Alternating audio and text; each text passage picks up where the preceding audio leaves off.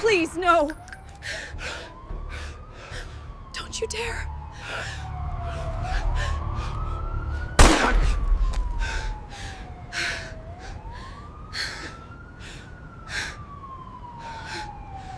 The fluorescent lights in the corner store flickered overhead, buzzing like angry wasps. Marcus had come in only for a carton of milk, his sister Lena trailing behind with earbuds dangling, humming under her breath. The air shifted the moment the two white men in security uniforms entered. Their boots struck the linoleum hard, deliberate, echoing too loud for the near-empty shop. Marcus felt the weight of their eyes before he saw their smirks. One nudged the other, whispering something that made both laugh under their breath. Lena stiffened. Marcus's jaw clenched. He reached for the milk, trying to ignore them. Then came the voice, sharp and cold as glass breaking. People like you should know when to keep your heads down. The words cracked through the store, drawing a hush even from the cashier. Lena turned, confusion flickering across her face. Marcus's chest burned.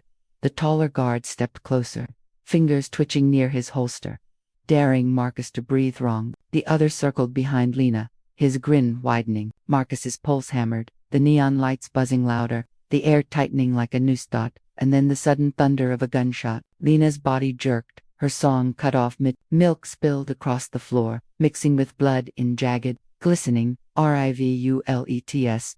Marcus froze, the world collapsing into soundless static. His sister's body crumpled beside him, eyes wide and unblinking. The taller guard leaned in, lips curling, and whispered, "Say a word, and you're next." Marcus could not move. He could only stare as the barrel turned his way. The silence after a gunshot is never real silence. It is a ringing in the ears, a hollowing of the air, a split second where the body forgets how to breathe. Marcus stood in that void, chest heaving but soundless, eyes locked on his sister's body as it crumpled to the floor. Milk leaked from the carton in his hand, spreading across cracked linoleum, crawling to meet the darker pool seeping from Lena's side.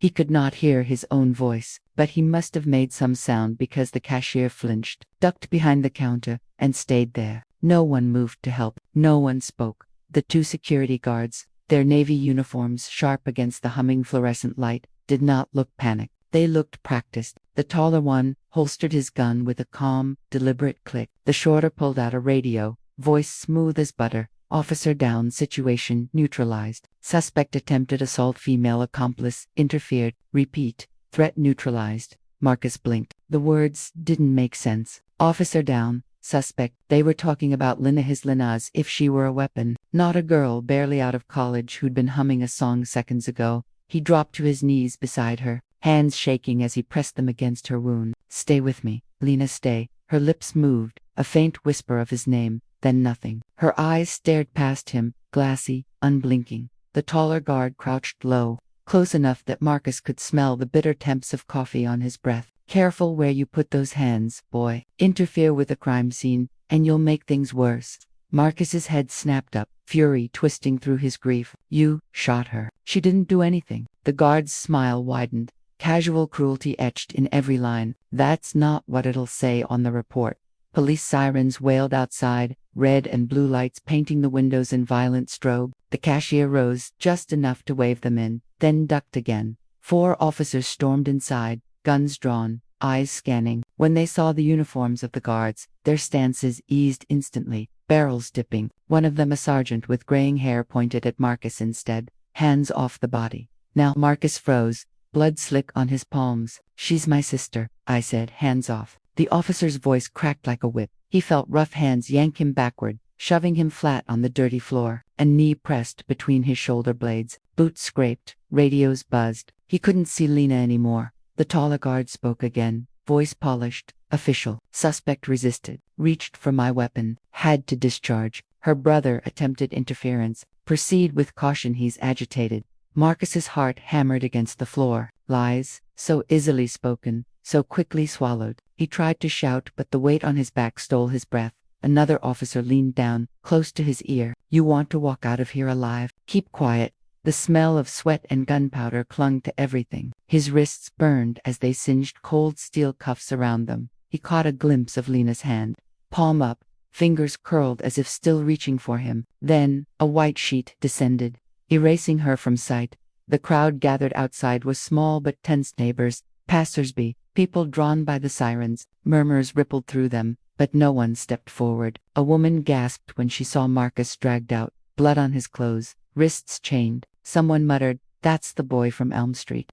Another, "Don't get involved." Marcus searched the faces desperately. Not one met his eyes for more than a second. Fear lived in all of them, the same fear that kept the cashier silent, the same fear that let men in uniform bend truth without resistance. As they shoved him into the back of the squad car, he heard the taller guard speaking with the sergeant. "Lucky we were nearby. Could have been worse." "Yeah," the sergeant replied. "We'll get your statements squared away. No problem. No problem." A life stolen, reduced to paperwork. The door slammed, cutting off the world. Marcus sat rigid, wrists numb from the cuffs, his mind clawing at the last image of Lena alive. He wanted to scream, to break the glass, to tear the door off its hinges. Instead, he sat still, his chest rising and falling like a man drowning under calm water.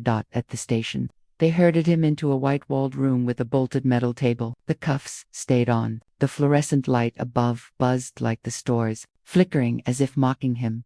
Two detectives entered, one heavyset, with a file already in his hand, the other younger, smirking like he'd won a bet. The heavyset one dropped the file on the table. "Marcus Williams, 28.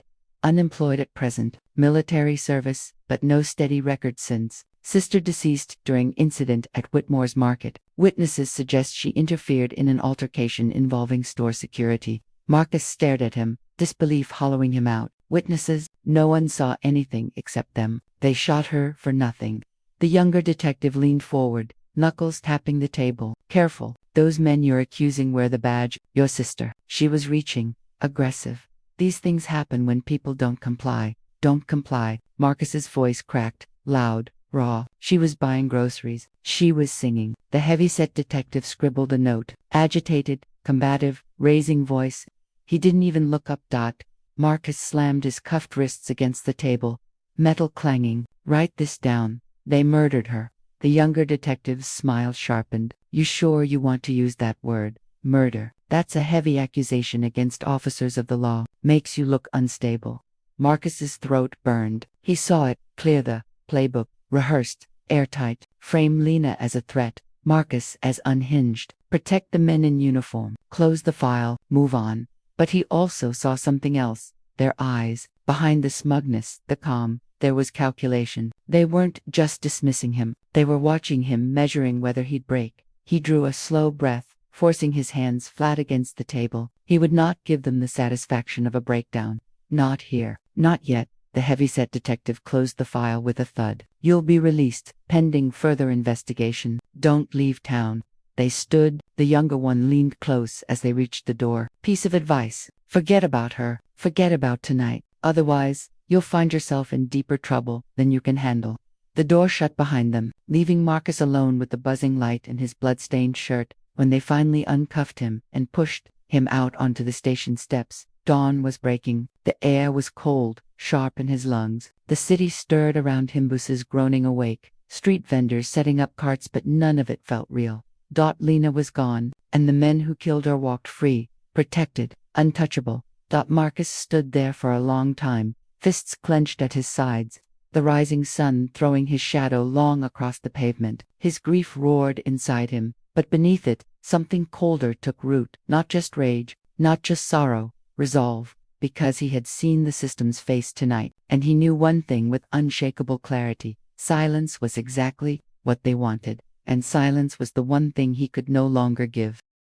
The police station smelled of old coffee and bleach, a stale fog that clung to the back of Marcus's throat. He sat on a hard plastic chair outside the interview rooms, wrists free now, but raw from the cuffs. A uniformed officer leaned against the wall, arms crossed, watching him with bored suspicion, like a man guarding a caged animal. When the door finally opened, the same heavyset detective from the night before beckoned him in with 2 fingers. "Let's go, Williams." Marcus walked into the room. Same table, same humming fluorescent light. The younger detective was already there, slouched with his feet up, grinning as if Marcus were an old joke he'd heard 100 times. The heavyset one sat, flipped open a folder, and clicked his pen. "All right, we're going to go through your statement again. For the record." Marcus lowered himself into the chair, his back rigid. "I already told you what happened, twice. The younger detective tilted his head. Then it shouldn't be hard to keep your story straight. A pause stretched between them, filled by the buzz of the light. Marcus's hands tightened in his lap. My sister and I were buying groceries. 2 security guards walked in. They started with comments, racist ones. Then, one of them pulled a gun. He shot Lena in cold blood. That's what happened. The heavy-set detective scribbled, nodding as if taking him seriously. Interesting, because the guard's statements describe a very different sequence of events. Marcus's stomach clenched. He said nothing. The detective went on. They report that your sister grew agitated when approached, that she became physically aggressive, shoving one officer and reaching for his firearm, that you threatened the other, that the discharge was in self-defense. Marcus slammed his palms against the table. That's a lie. The younger detective leaned forward, his smile thin. See, that's where it gets complicated. They wear the badge. You don't. They've got spotless service records. You, unemployed, troubled past, military service, sure, but nothing stable after. You look angry, unstable. I buried men overseas. Marcus snapped, voice breaking. I gave this country my life, and you're telling me my sister was some threat? She was singing.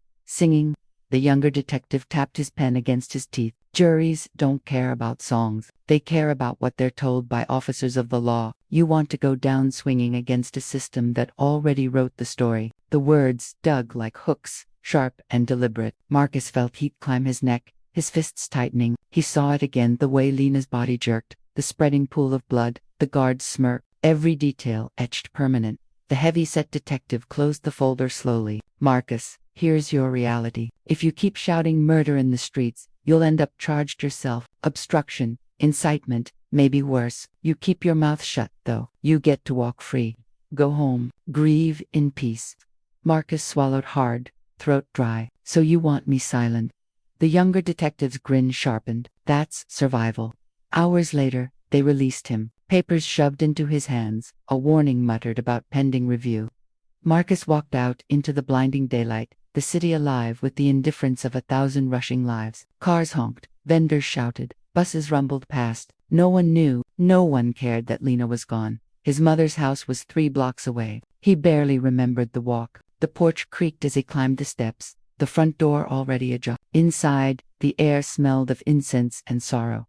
His mother sat in her armchair, clutching a damp handkerchief, eyes red. Neighbors crowded the small living room, whispering low. Some brought food, others simply stood, heavy with pity. That when Marcus entered, the room fell quiet. Every gaze turned to him, some soft, some hard, all expectant. His mother rose slowly, reaching for him. Her voice cracked. Where's Lena, baby? Marcus couldn't answer. He pulled her into his arms, held her trembling body against his, and let silence speak what words could not.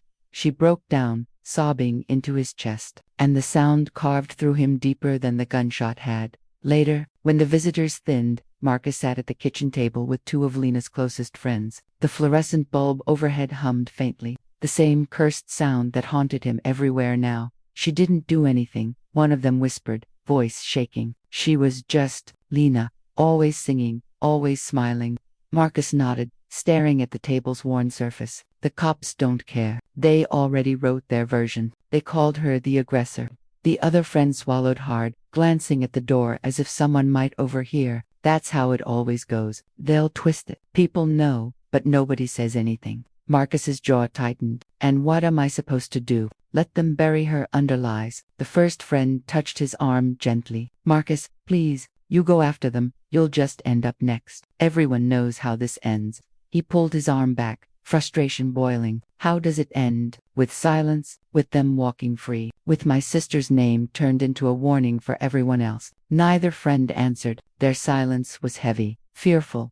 Marcus pushed away from the table, pacing. His military training had taught him to stay calm, under fire, to measure every move. But this wasn't a battlefield he understood. Out there, the enemy had worn a uniform different from his. Here, the enemy's uniform was the same one the law itself bowed to.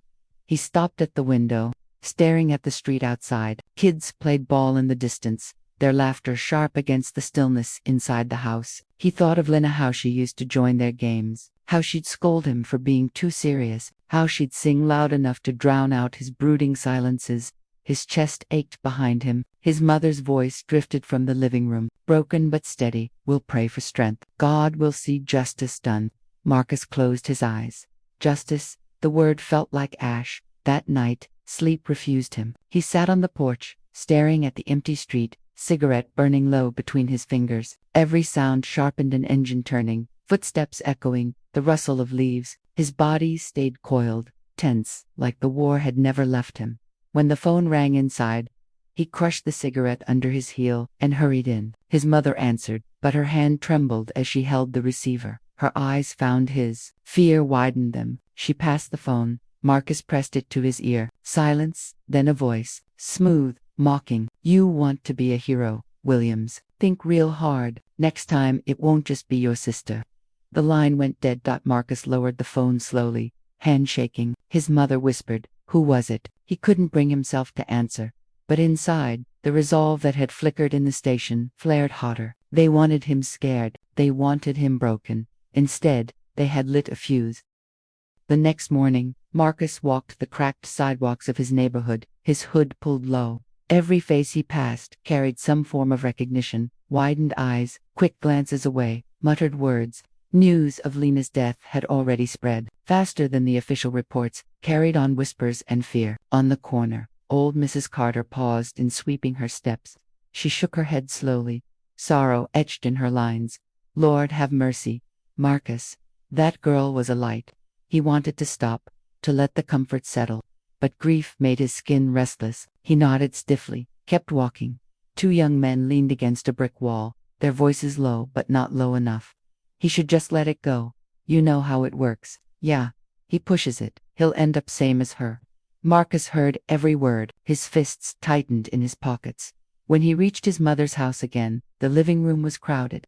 Neighbors filled the chairs and stood pressed against the walls, murmuring in clusters. Some prayed quietly.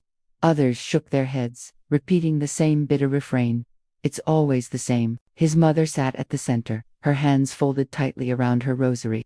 She looked up as Marcus entered, her gaze swollen from hours of tears. But she said nothing. She didn't need to. A man Marcus recognized, Pastor Green from the church, stepped forward. His voice was heavy with authority, but hushed as if someone outside might be listening. Marcus, son, people are scared. They want to support you, but they know how dangerous this is. The men who did this, they've got protection. They've got the law behind them. Marcus's throat burned. So what? We bow our heads. Pretend Lena never existed. The pastor flinched but kept his calm tone. We survive. That's how we've made it this far. The words stung more than any insult. Survive. As if survival was enough. Later, Marcus found himself outside again, unable to bear the suffocating caution of the room. He stood at the edge of the basketball court, where Lena had played as a girl. The hoop's net was frayed, the asphalt cracked, but kids still dribbled and shouted, their joy sharp against the heaviness in his chest. One of them, a boy no older than 12, broke away from the game and approached him, ball under one arm. "Mr. Marcus," the boy said quietly, "I'm sorry about your sister." Marcus swallowed hard, nodding.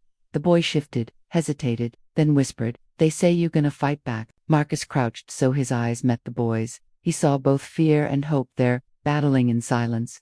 "They want you scared," Marcus said, voice low. "Don't ever forget that. But don't you carry my fight." "Not yet."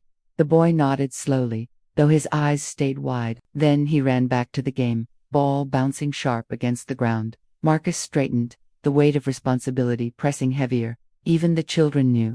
Even they waited to see what he would do. That evening, Lena's best friend Jasmine came by. She wore dark clothes, her hair pulled back tight, her hands trembling as she clutched her phone. She pulled Marcus aside into the kitchen, away from the murmuring neighbors. "I shouldn't even be here," she whispered, "but I can't keep this to myself." She held out the phone. The screen lit with shaky video footage. The grainy recording showed part of the confrontation in the store. Lena's voice was faint but audible, singing. Then the guard's voice cut in, cruel and sharp. The frame shifted, capturing him, drawing the gun. The video cut out at the shot, but it was enough. Enough to contradict every word of their official report. Marcus's breath caught. His hands shook as he held the phone. "Jasmine, this changes everything." She looked at him, fear stark in her eyes. "Or it gets us all killed." Marcus met her gaze, the fire in his chest flaring. Then they'll know we aren't afraid. Her lips trembled, but she nodded. Lena wouldn't want silence. He knew she was right. He also knew what came next. The whispers, the warnings, the fear. They weren't paranoia. They were survival instincts, sharpened by years of seeing how the system crushed anyone who spoke out. But now there was proof. Now there was a crack in the armor. Marcus slipped the phone into his pocket, his pulse hammering. For the first time since the shot, he felt something cut through the fog of grief. Not peace, not justice, but possibility. That night, as the house settled into uneasy quiet, Marcus sat alone at the kitchen table.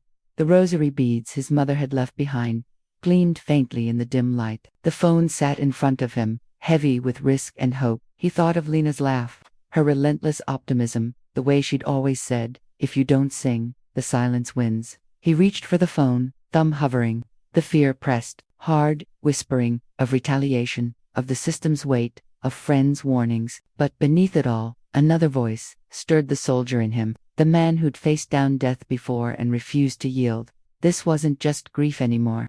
It was war, dressed in uniforms that claimed to protect.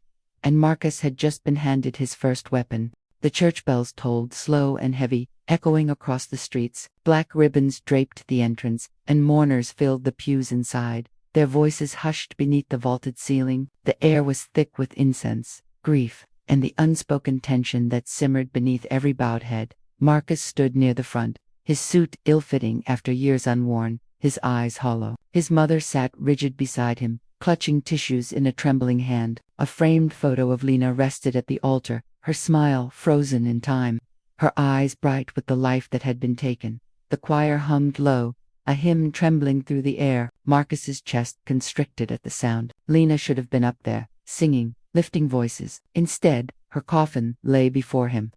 The final note in a song cut short. The doors creaked open. Every head turned. Two figures entered the guards. The taller one, clean-shaven, jaw squared. The shorter, smirking, both still in uniform. Their boots thudded down the aisle like a dare.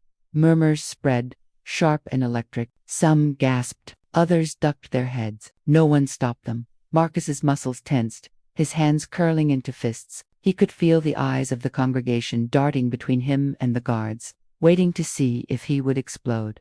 The taller one inclined his head mock politely toward the casket. Paying respects, he murmured loud enough for Marcus to hear. Marcus surged forward, rage like fire, but two friends grabbed his arms, pulling him back. "Not here, Marcus, not like this." His voice broke from his chest anyway. "You don't belong here." The shorter guard smirked wider. "Oh, we belong anywhere the badge says we do." The words dripped venom, slicing through the sanctity of the church. A collective shudder rippled through the mourners. The pastor's voice trembled as he begged for calm.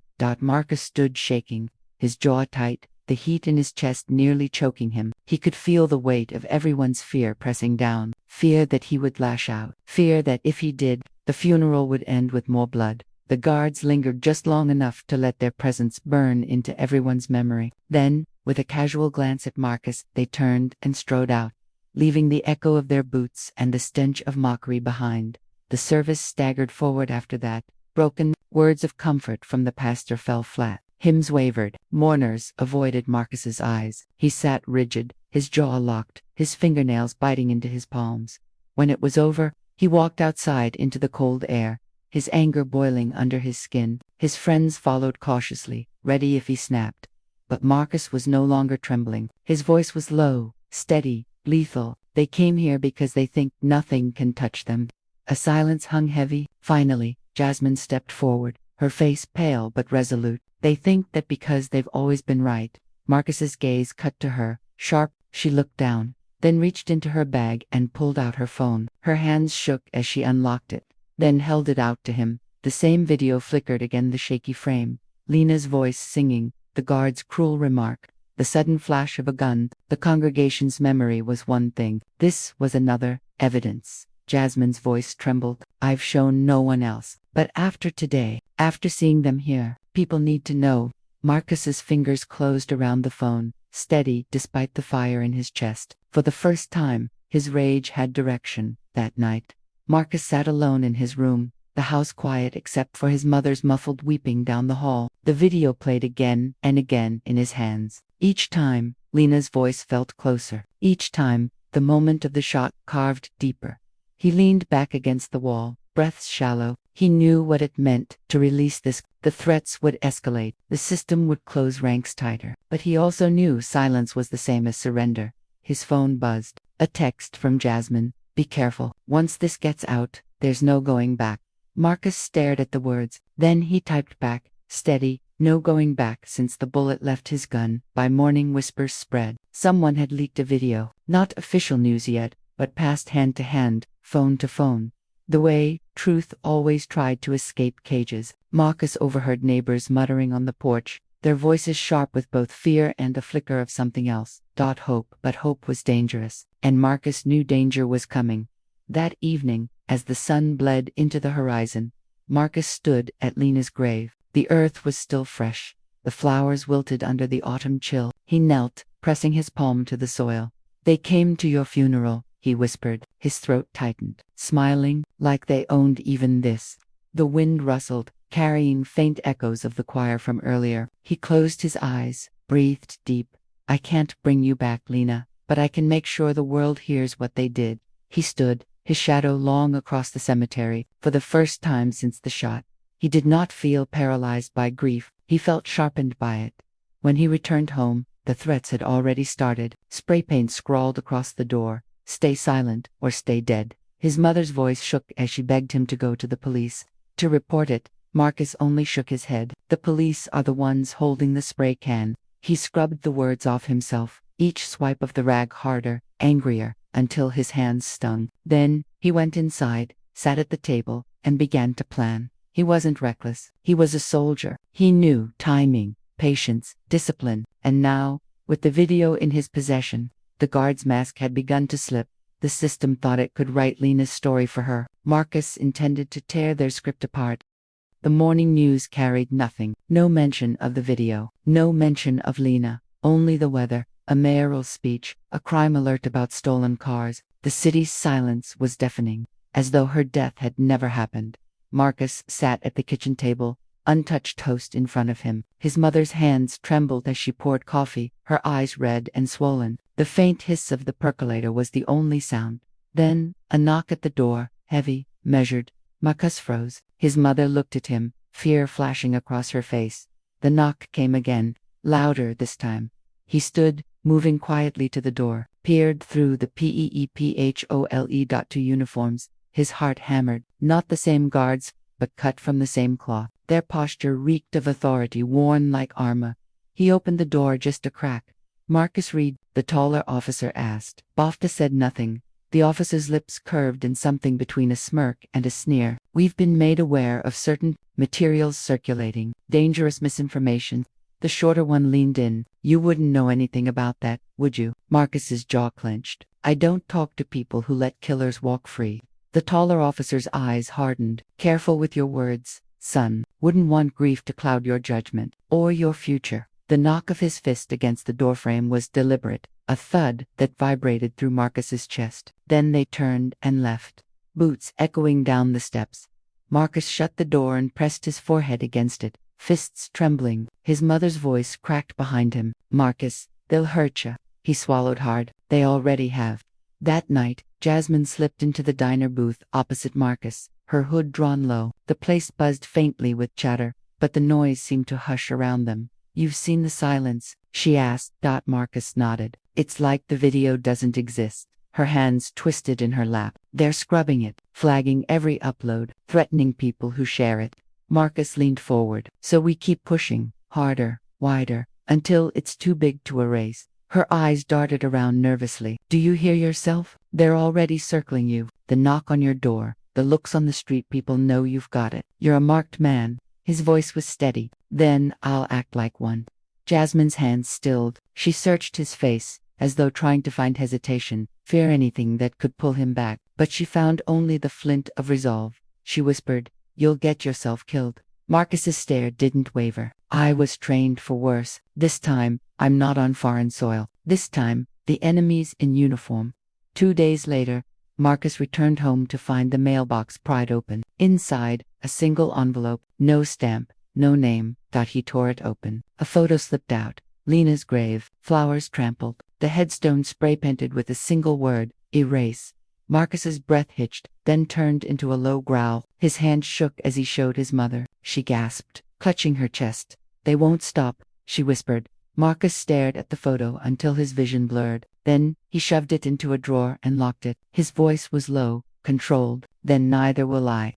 That evening, Marcus met with an old friend, Caleb, a former squad mate. They sat in the back of a dimly lit bar, the jukebox drowning their words in static. Caleb leaned forward, brow furrowed. "You're playing a dangerous game, brother. You released that video wide enough, you'll be looking down a barrel before the week's out." Marcus's eyes burned. "They've already killed my sister. What else can they take?" Caleb slammed his palm on the table. "Your life. And for what? You think the system will fall because you drop one video? You think the men in suits don't have thicker armor than that?" Marcus's voice was iced. "I don't care if the system falls. I care that their faces are seen, that their names aren't buried. I won't let Lena die in silence." Caleb's shoulders slumped, his voice low. "You always were the one who wouldn't let go." Marcus met his gaze. "And I'm not starting now." The following day, the threats escalated. His phone buzzed with unknown numbers, texts filled with slurs, warnings, promises of violence. Anonymous letters appeared on his doorstep. Neighbors grew cold, avoiding eye contact. The air around him thickened with hostility. Yet, amid the menace, whispers spread louder. Quiet support, a nod from a man at the bus stop, a woman slipping him a folded note that read, "Keep fighting." Not everyone was silent. Not everyone was blind. Marcus clung to those fragments. They were proof the truth wanted to breathe. Late one night, unable to sleep, Marcus sat in the living room with the lights off, the glow of the phone illuminating his face. The video was queued up again, Lena's laughter before the song, the cruel voices, the shot. The rage rose until it nearly choked him. He pressed record on a fresh video. His face filled the screen, shadows cutting across his eyes. "My name is Marcus Reed. I served this country. I buried my sister last week. She was shot in the street by men who wear badges." His voice caught, but he forced it steady. "You've seen the video. If you haven't, you will. And if you try to erase her, erase me, know this: we are done being silent." He ended the recording, sat there with his chest heaving. Then he sent it to Jasmine. No words, just the file. Minutes later, her reply lit the screen. "It's time." Marcus leaned back, staring at the ceiling. He felt the weight of the coming storm pressing down. Every move forward was a step deeper into danger. But he welcomed it.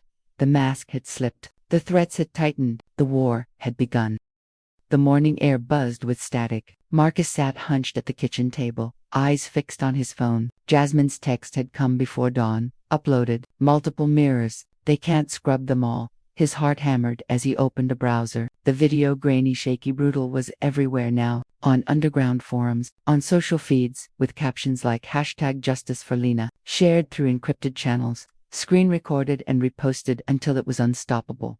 Marcus scrolled through comments, his throat tightening. Some cried for justice, some spewed denial and venom, some just watched in silence. But they were watching.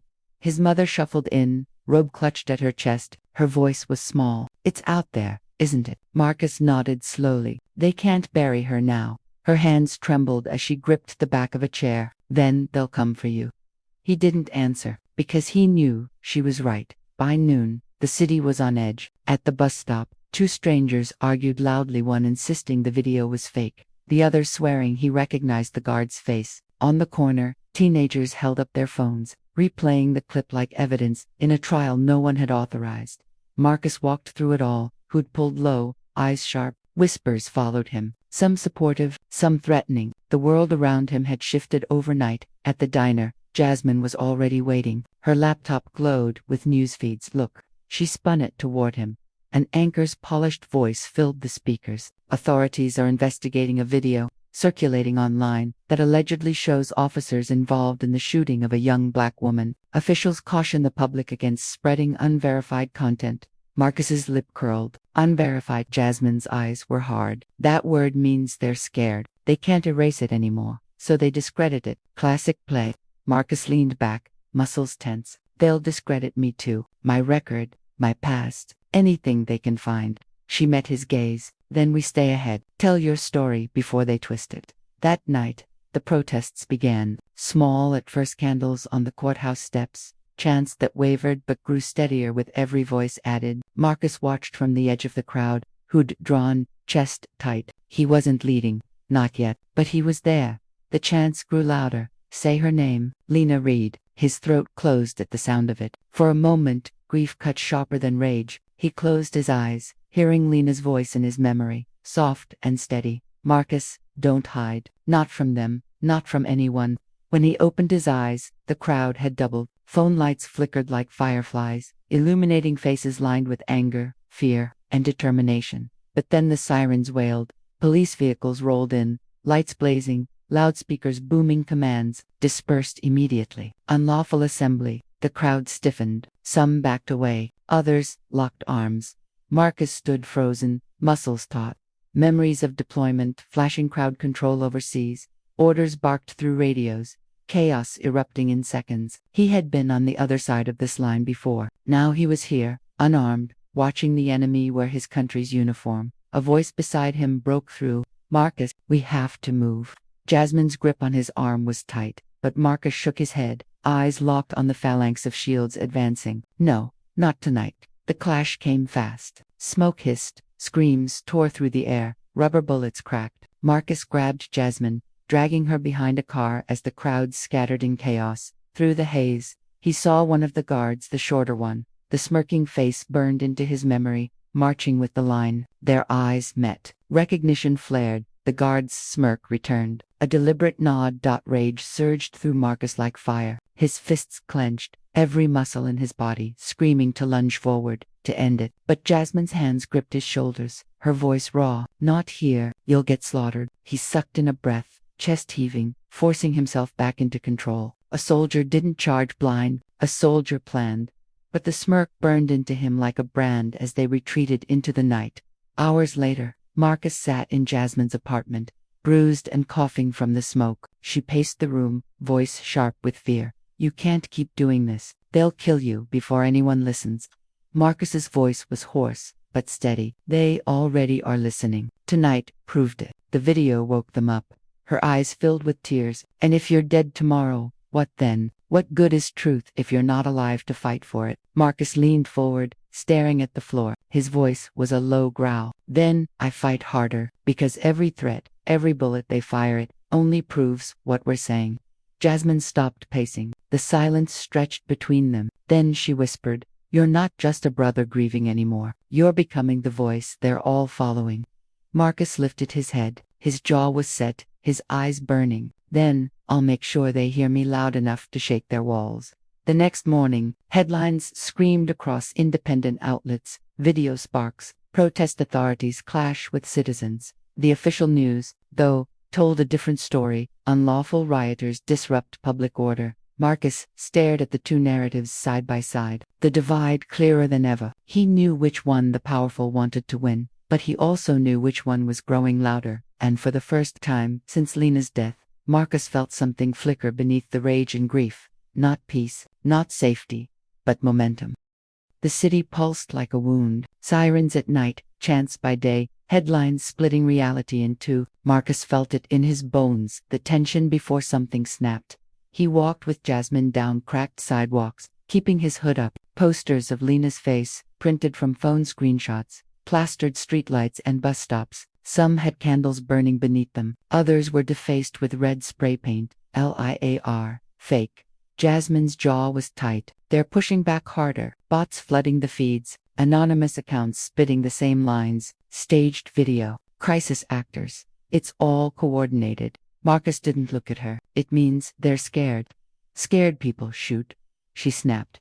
He stopped, turning to her. His voice was low, steady. So do soldiers.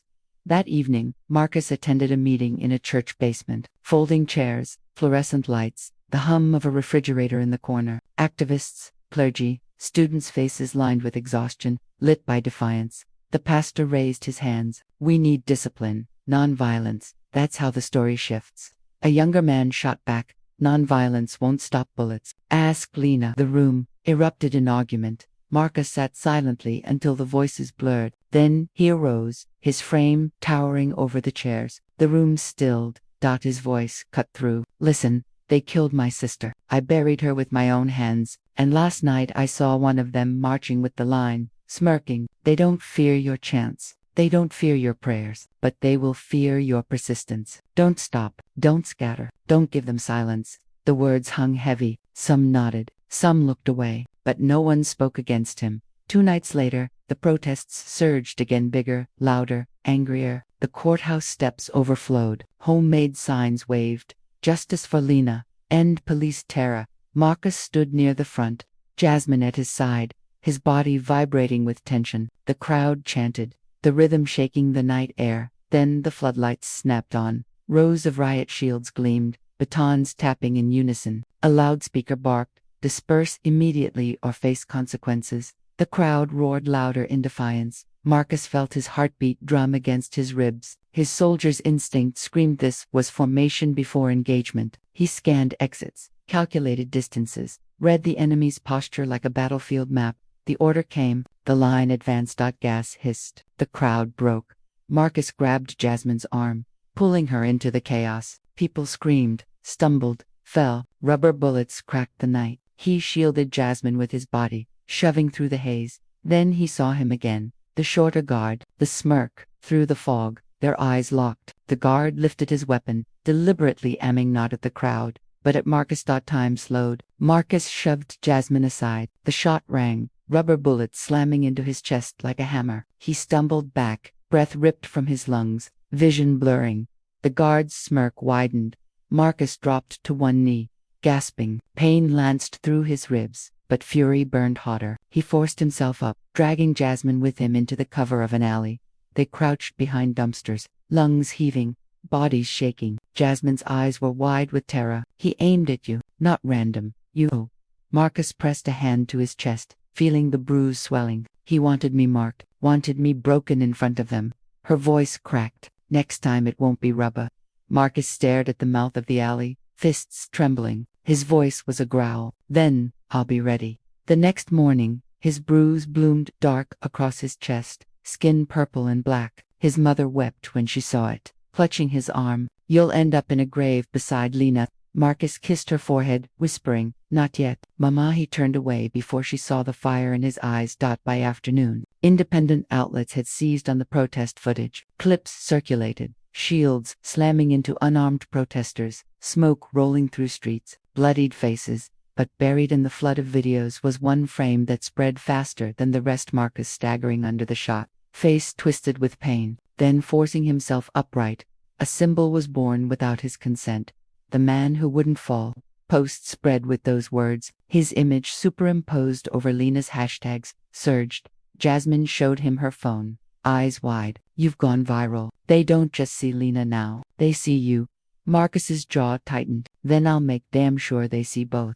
That night, he recorded again. The camera caught his bruised chest, the exhaustion in his eyes, the steel in his voice. They shot rubber bullets at me. My sister took a real one. How many more until you admit this isn't about order, it's about control? How many more graves before you say enough? His words spread like wildfire, shared, mirrored, quoted. But with every share, the noose tightened. A brick shattered his living room. Window at 3 a.m. Spray paint across the siding. Traitor, his mother screamed. Marcus grabbed the bat by the door, rushing outside, but the street was empty, just the echo of retreating footsteps. He stood in the cold, gripping the bat, chest heaving. Then he lowered it slowly, the night pressing in around him. He whispered to himself, voice raw, I'm not backing down. The threats escalated, the protests grew, the silence of the system deepened. And Marcus Reed, once a grieving brother, now stood as a man. The city watched, some with hatred, some with hope, all waiting for what he would do next. The escalation had begun, and there was no turning back. The city smelled of smoke, not from the church incense of Lena's funeral, but from the scorched trash cans left behind after another night of clashes. Marcus walked streets littered with glass, slogans scrawled on walls, sirens still wailing in the distance. The city was splitting open, and everyone knew it. Inside the diner, Jasmine slammed her laptop shut, eyes blazing. They're using you. Marcus frowned. What are you talking about? She leaned across the table. Every outlet, every Feditz, Your face now, the man who wouldn't fall. They're turning you into a symbol, Marcus, but symbols burn bright and fast. And when you're gone, Lena's story could vanish with you.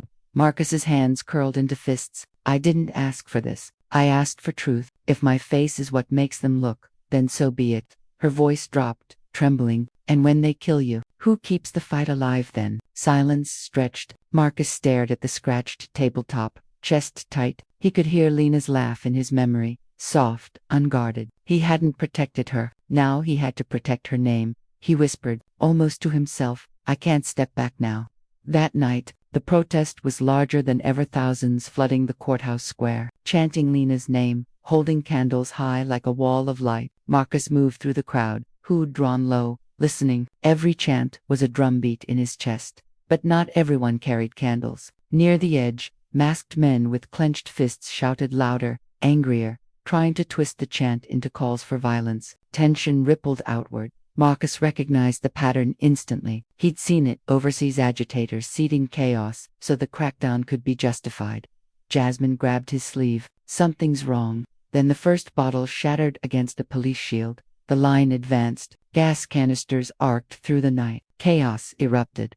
Marcus dragged Jasmine back as the crowd broke into running clusters. Screams split the air. Lights strobed red and blue. The chant dissolved into panic, dot through the haze. Marcus spotted the same guard again, the shorter one, his smirk carved sharp even under a visor. He wasn't dispersing crowds, he was hunting. His eyes tracked Marcus through the smoke. A baton cracked against Marcus's arm as he shielded Jasmine. Pain flared, but instinct overrode it. He shoved through bodies, pulling her toward an alley. The guard followed, relentless, closing distance. They stumbled into a dark back street. Jasmine clutched her chest, coughing, eyes streaming from gas. Marcus pressed her against the wall, scanning the shadows. Footsteps echoed, slow, deliberate. The guard stepped into view, visor lifted, smirk wide. Thought you could hide, soldier. Marcus's blood went cold. He hadn't told anyone. The man knew.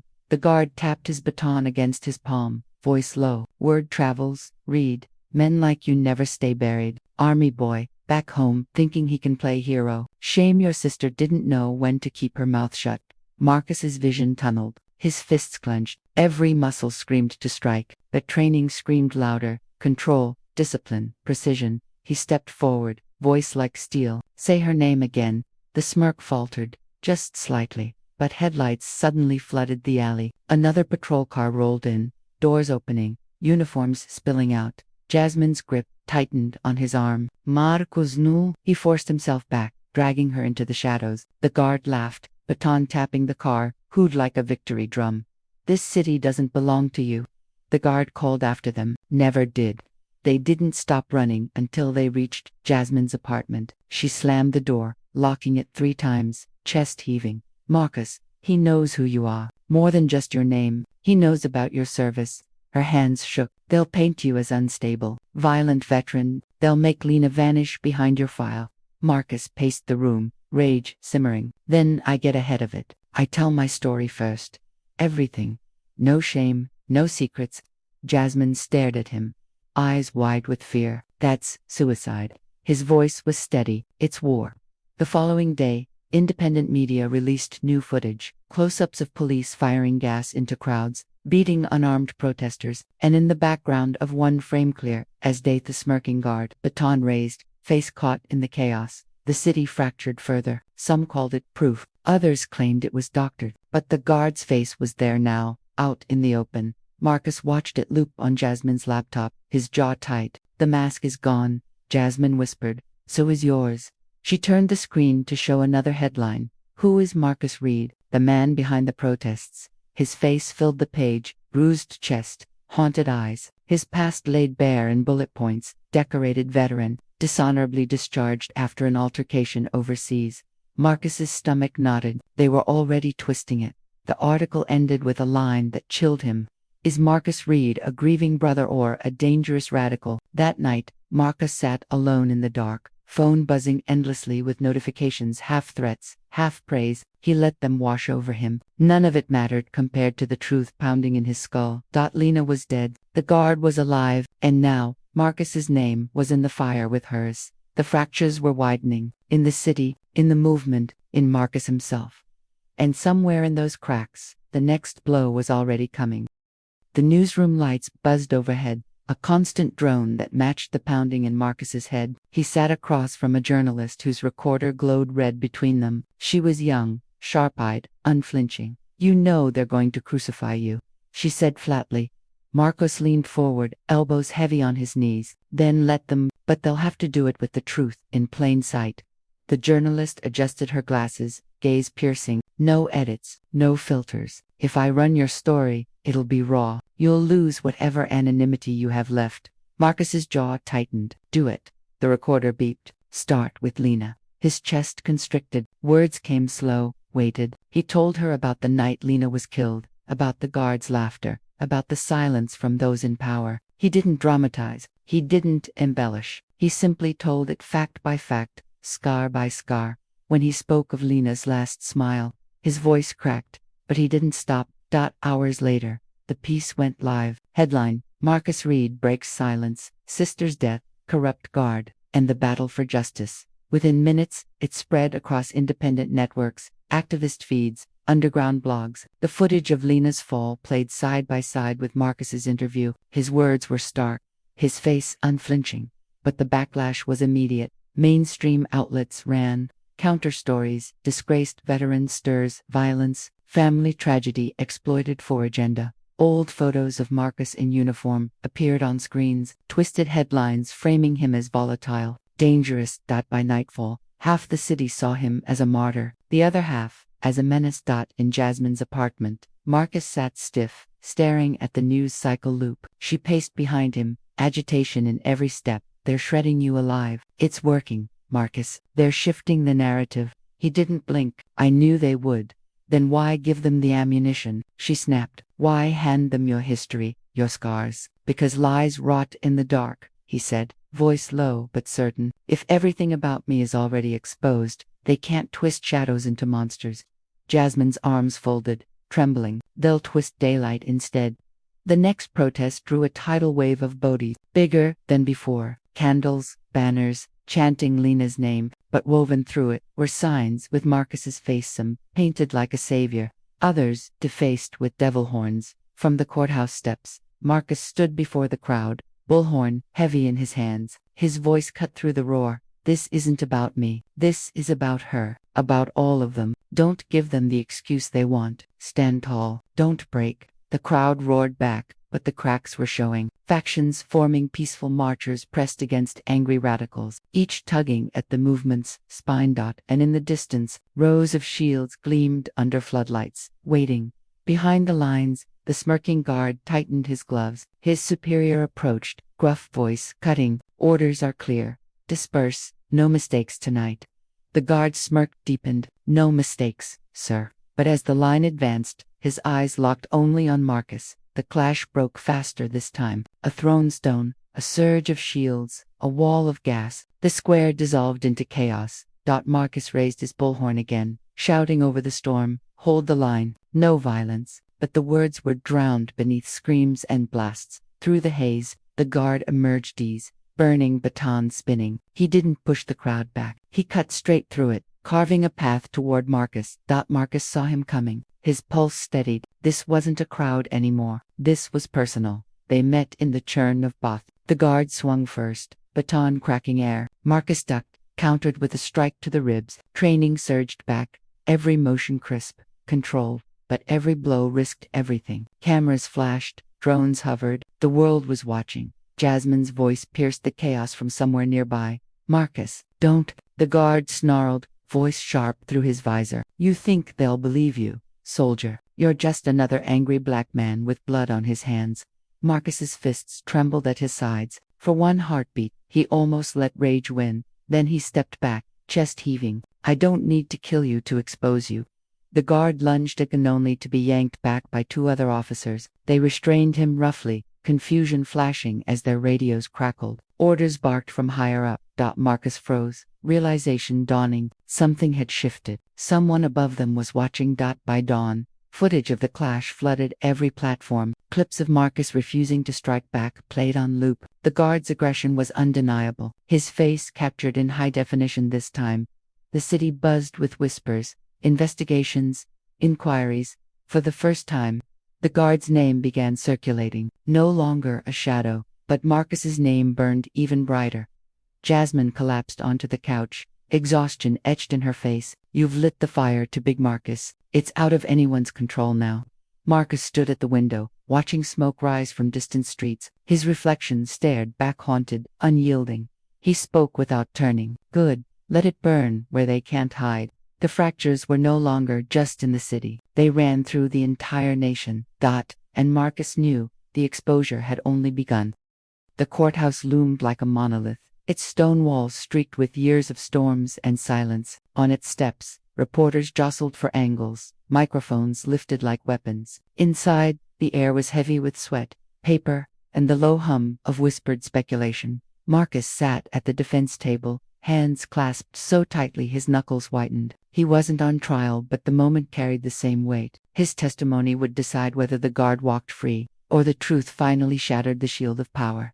The judge's gavel cracked. Court is now in session. The prosecution rose first, crisp suit, voice precise. We will prove that Officer Daniel Briggs acted with lethal negligence and malice on the night of Lena Reed's death. At the mention of her name, Marcus's throat closed. His eyes flicked to the gallery. Jasmine sat there, lips pressed thin, gaze locked on him. Behind her, rows of activists and citizens filled every bench, their presence both a shield and a demand. The defense countered with venom masked as civility. Ladies and gentlemen, my client is a decorated officer. He was doing his duty under extraordinary pressure. Mr. Reed, however, the lawyer's eyes flicked toward Marcus, has a history of violent conduct. A soldier struggling with anger. You will see where credibility truly lies. Marcus took the stand. The oath stung in his chest. The truth, the whole truth, and nothing but the truth. The prosecutor guided him gently. Mr. Reed, tell us what happened. Marcus's voice was steady, stripped bare. He told them about the guard's sneer, the shove, Lena's fall. He told them about the silence that followed, the way the system closed ranks. He didn't embellish. He didn't need to. The truth had its own gravity. The courtroom was still, every ear straining. Then came the defense. Mr. Reed, isn't it true that you once broke a man's jaw in service? Yes. Isn't it true you were discharged after repeated violent outbursts? Yes. The lawyer pounced. So, when you accuse Officer Briggs of acting with malice, isn't it possible that you, a man with a violent past, are projecting your own rage onto him? Marcus's chest tightened. He glanced at Jasmine. Her eyes burned not with fear, but with defiance. He leaned into the microphone. Yes, I fought. Yes, I carry violence in my bones. But I didn't kill my sister. He did. And the only thing I've done since is refuse to let the world forget her name. The gallery erupted. The judge's gavel slammed again and again. Order restored, barely. The guard finally took the stand. Briggs sat stiff, jaw clenched, eyes darting between jury and camera. I regret what happened, he said flatly. But I followed protocol. The crowd was aggressive. I acted as trained. The prosecutor pressed. So, you deny shoving Lena Reed? I don't recall the exact moment. Do you deny smirking over her body? Briggs's lips tightened. That's a misinterpretation of the footage. The prosecutor's voice cut sharp. Misinterpretation, or masks slipping. The jury shifted. Tension thickened. Closing arguments landed like hammer blows. The defense painted Marcus as unstable, the movement as dangerous, Lena's death as an unfortunate accident in a chaotic environment. The prosecution framed Lena as a victim of arrogance and prejudice, Marcus as a witness who bore scars, not lies, Briggs as the embodiment of unchecked power. The judge's instructions echoed. The jury filed out. Hours stretched like years. Marcus sat frozen, staring at the grain of the wood beneath his hands. Jasmine whispered, breathed. He COULDN single quotes T. The jury returned. All rise. The foreman's voice trembled only once. We, the jury, find the defendant, Officer Daniel Briggs, guilty of involuntary manslaughter, and guilty of misconduct under color of law. Gasps, sobs, cheers ripped through the gallery. Cameras flashed, the sound like gunfire. Briggs's face drained of color, his smirk gone, replaced with a stunned, hollow fury. The judge banged the gavel. Order, order, but the noise swelled beyond control. Outside, the courthouse steps became a flood of voices. Candles lit the night. Signs rose high. Lena's name chanted with unrelenting rhythm. Jasmine squeezed Marcus's hand, tears streaming. You did it. She got her justice. Marcus shook his head slowly. His gaze drifted over the crowd, over the headlines already streaming on phones, over the cameras feeding the moment into every home. No, he said quietly. Justice would be her walking out of here alive. This is just a crack in the wall. Later, alone in the shadows of his apartment, Marcus sat with Lena's photo. Her smile seemed both nearer and further than ever. He whispered to the frame, "They'll remember you now. They'll remember." A knock at the door broke the silence. Jasmine's voice, muffled. "Marcus, they want you outside. The people, they're waiting for you." He rose slowly, exhaustion heavy, but purpose heavier.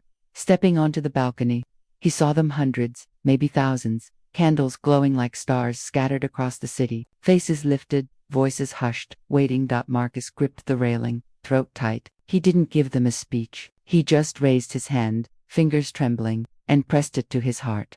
The crowd roared, and in the echo of their voices, Marcus felt Lena's presence, not as loss, but as fire that would never be extinguished.